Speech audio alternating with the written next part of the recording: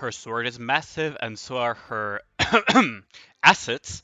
Hello, hello, and welcome to the A2 hot take.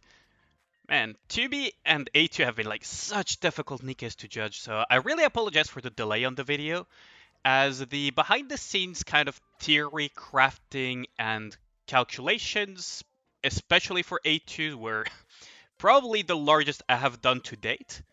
So as a side note, shout out though to Nikke.gg, whose page on A2 stats I used for my own calculations when it comes to charge speed, ammo capacity, and the ratios of her abilities. All of their resources are a massive boon to the community, so do definitely check them out. So, without further ado, let's go into her kit. She is a burst tray fire-coated rocket launcher. Her first skill is output increased. It activates when using her burst skill, which is very relevant, so it's only when she uses her burst skill. It affects herself and increases her charge damage by a whopping 110.44% for 15 seconds, and effectively doubles the radius of her explosions by increasing it for 100.74% for 15 seconds. Her second skill, Slow Charge Attack, activates when hitting a target with full charge and it affects the target. It deals 30.1% of final attack as additional damage, and also activates a buff on herself that lasts for 3 seconds that increases her damage to parts by 40.88%. Her burst skill, Mode B, affects herself and continuously decreases her HP while giving her a attack buff and charge speed increase that is permanent until her HP dips below 40%. So she will continuously lose 3.99% HP every second, which is almost give or take 4% basically.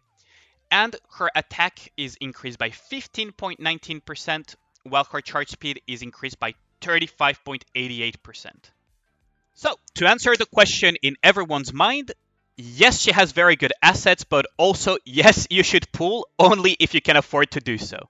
Now, this is basically subject to caveats. Is one, keep in mind that she's a limited Nikke that may not be rerun ever again because of collab situations and licensing rights. But also, if you need a boss killer for bosses that have very tanky or continuous breakable parts that she can constantly cleave, she will be a very welcome addition to your roster. So think bosses like Nihilister, Blacksmith, Chatterbox, Train. She's very good against those type of bosses, and she will be a very welcome addition as a member of Team 4 or Team 5 for solo raid for such fights or enemies that have fire weakness. So, if she ticks all of those checkboxes, like is she waifu, do you need her for boss fights, are you going to regret not pulling for her after the collab is over, then definitely do pull for her. She will be strong, especially as more bosses get added, if the checklist of breakable parts that can be continuously hit is met. So, let's go into the specific breakdown. Her first skill gives such a massive amplification to her explosion radius and charge damage that it almost overshadows her other amplifications. This skill will allow her to more consistently cleave multiple parts and reinforces her full charge attack-oriented kit.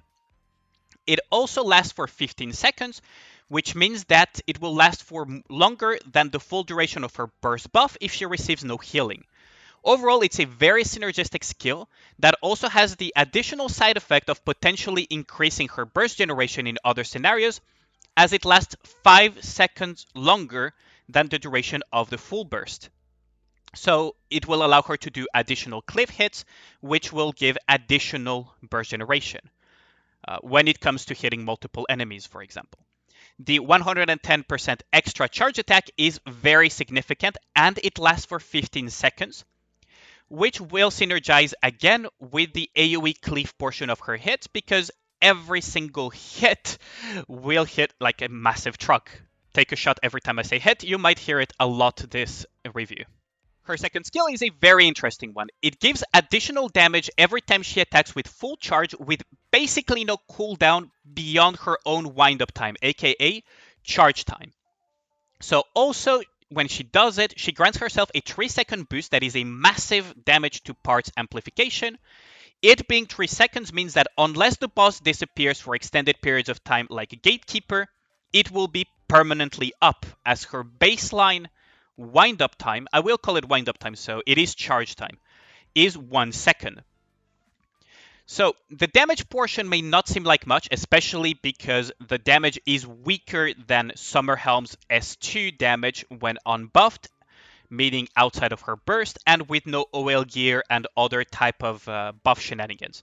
However, it will ramp up significantly as you get more gear, more OL lines, buffs, and especially it will do almost double Summerhelm's damage for her skill 2 within the burst buff duration.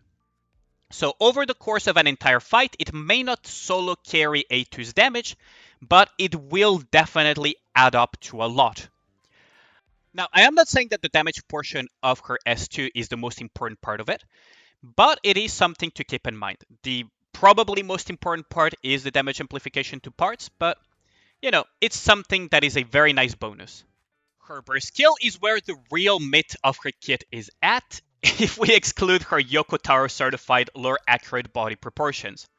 It gives her a massive boost to her charge speed, allowing her to attack far more frequently, utilizing her full kit potential that we have mentioned previously.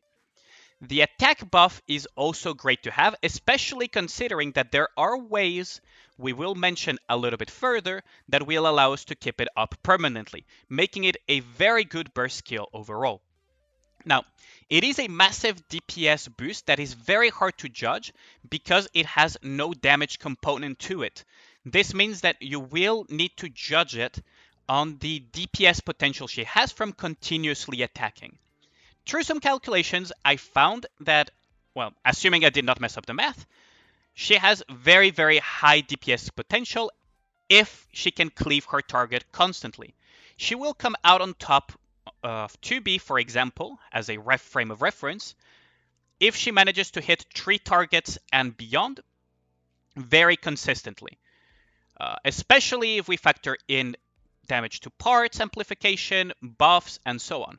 So her burst fights, as I mentioned a little bit earlier, will be situations where there are a lot of parts to continuously hit.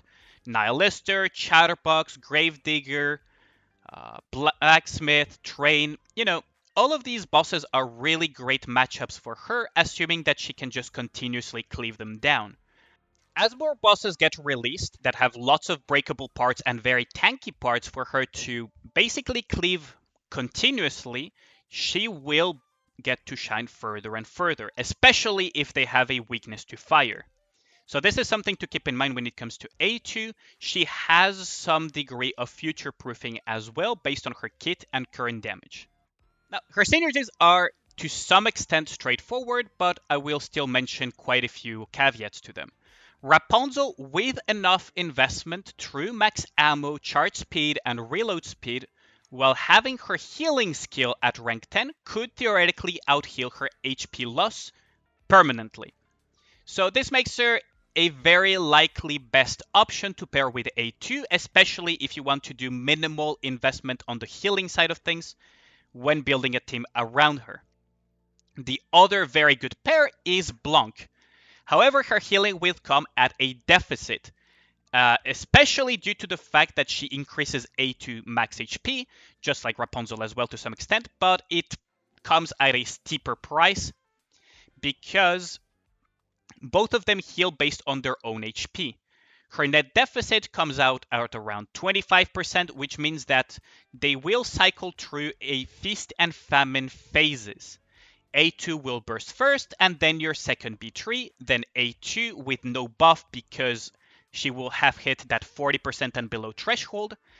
It will drop her HP again almost immediately, which means that when your B3 bursts for the second time, she will recover her HP back to full, and then she will go back to the cycle to start anew again.